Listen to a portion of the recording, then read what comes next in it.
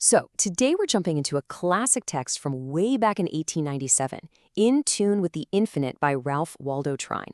Now, I know the title might sound a little out there, but trust me, its central idea, what Trine called the supreme fact of human life, is an incredibly powerful tool for navigating our crazy modern world.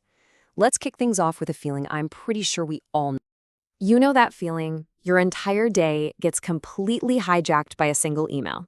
Your mood just plummets because of a phone notification. You feel like you're constantly playing defense, just reacting to whatever life decides to throw at you. Trine had a great metaphor for this. He'd say it's like building your house on shaky ground.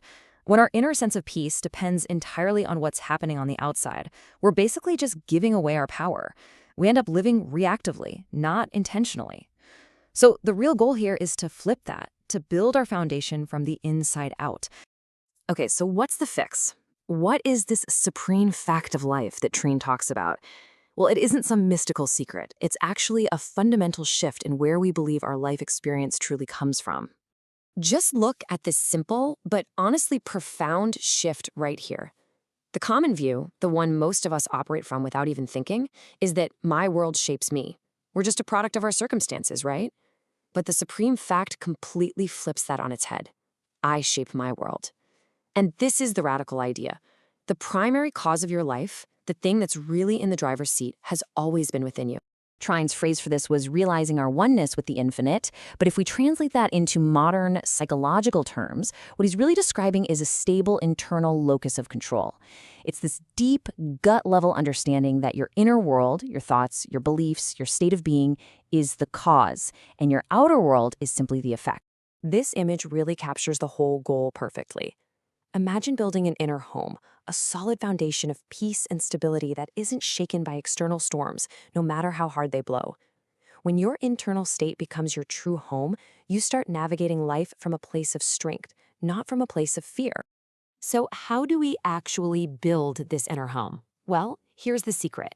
The key isn't more willpower or trying to find some fleeting motivation. It's about focusing on something much, much deeper, our identity. We all kind of operate in one of two modes. There's the separate self. It's fragmented, it's reactive, and it's always needing a jolt of motivation or some approval from the outside to get going. But then there's the unified self. This version of you operates from a totally different place. It acts from a stable core identity, so its actions aren't forced. They're just a natural expression of who it is. You know, there's a popular idea in modern habit science that just nails this. It says we don't rise to the level of our goals, we fall to the level of our systems. And your most fundamental system, it is your identity. Who you believe you are is the engine that drives pretty much all of your behavior, whether you realize it or not. And this right here is where the rubber meets the road. An outcome-based approach says, I will force myself to eat a healthy meal. It's a constant battle of willpower, right? But an identity-based approach starts with a different question.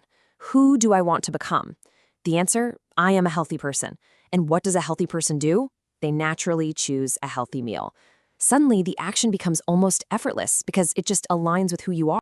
All right, let's make this a little more concrete. How does this whole identity shift actually show up in your day-to-day life? Check out these examples. I have to finish this report feels like a total chore, doesn't it? But reframing it as I am a focused professional, well, that changes the whole energy of the task. Or, I won't get annoyed today is basically a battle against a negative feeling. But I am a patient partner is an identity you can actually step into and embody. You see? You don't just go to the gym. You embody the identity of an active person. Every single action becomes a vote for the person you want to become. Now, this all sounds great in theory, but what do you do when you're caught in that reactive moment? Here's a really simple, actionable practice you can use right away. Let's call it the inner authority reset. It's just 3 little steps. First, when you feel that reactive pull, that urge to just react, just pause. Take 1 deep breath. That's it. Disconnect from the noise. Second, ask yourself this simple question. Who do I choose to be right now? A focused professional? A patient partner? A calm person? And third, take 1 tiny action that aligns with that identity. Seriously, it could be as small as closing the other tabs on your computer or just listening for 10 more seconds before you speak. This isn't about some overnight transformation. It's not about building the whole house in one day. It's about laying one brick at a time.